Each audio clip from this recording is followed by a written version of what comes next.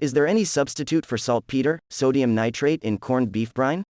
I realize there is another question about corned beef from scratch, but the answers don't really cover my question.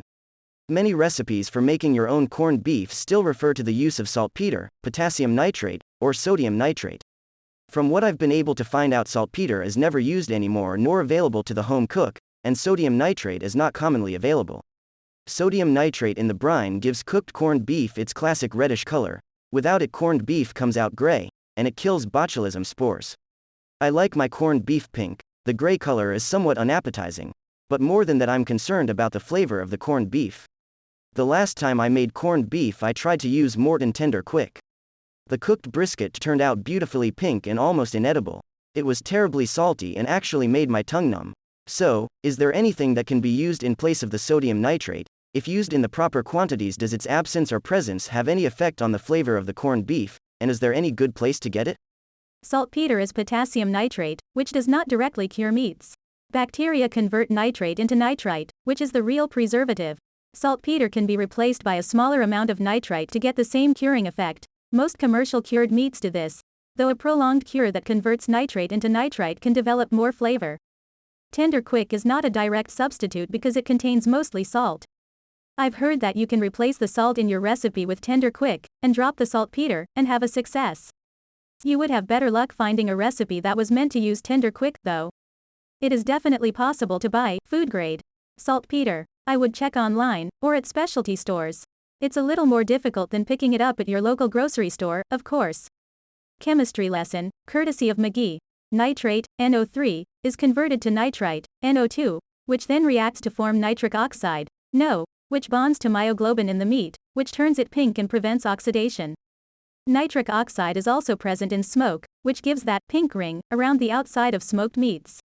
I decided to do some more of my own research on this with the nitrate-nitrite confusion.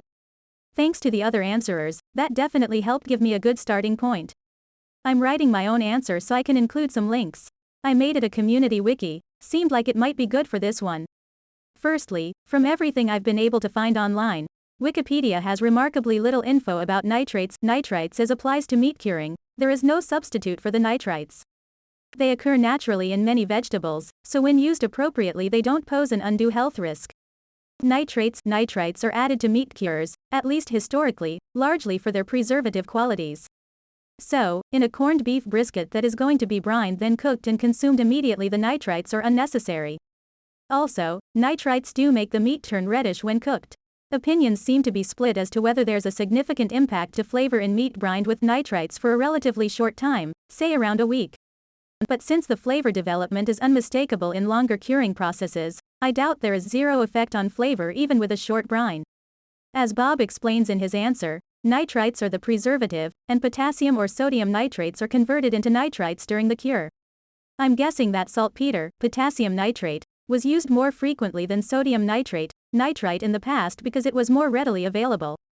From what I've been able to find online, it's no more available now than sodium nitrite preparations, which are more appropriate for this kind of meat curing. The sodium nitrite preparations are often called by the generic name pink salt, because they are colored pink to avoid confusion with regular salt. The brand names I've found online are InstaCure No. 1 and DQ Curing Salt No. 1. The No. 1 indicates a preparation of 6.25% sodium nitrite and 93.75% regular salt. Pink salt No. 2 indicates the preparation also includes sodium nitrate. No. 2 is only necessary when dry curing like pepperoni and dry salami, which are not cooked or refrigerated. Pink salt is used in small quantities in addition to, not instead of, regular salt. Most brine recipes I've seen use 2 cups kosher salt and 4 teaspoons pink salt. It seems like there are 2 widely available books that people recommend for meat curing: Charcuterie, see link 1. By Ruhlman, and this one, see link 2. Which seems to get the hardcore purist vote, by Rytek Kutas. I don't own either, so can't recommend one, but Ruhlman does have a blog where he posted the corned beef recipe, see link 3. From his book. Best of all, the blog post has a link where you can mail order the pink salt, and it's way cheaper than the small handful of other online sources I've been able to find. Finally, note that saltpeter is poisonous and flammable. It's used in pyrotechnics and to burn out dead tree stumps. Sodium nitrite itself can be fatally toxic if a human were to ingest an amount equivalent to 4.6 grams, citing from Wikipedia, which again is why they make the curing preparations pink. Given that, there is no way I'd use the 99% pure form of sodium nitrite even if it is labeled food grade. I'm nowhere near good enough at math to be sure I wouldn't kill myself with it. I found a hunting supply website that sells that stuff to use in curing fishing bait. To sum up, it seems like sodium nitrite is worth using but can be omitted, it has no reasonable substitute, and it's unfortunately not easy for most of us to come by. Thanks again to the commenters and answerers.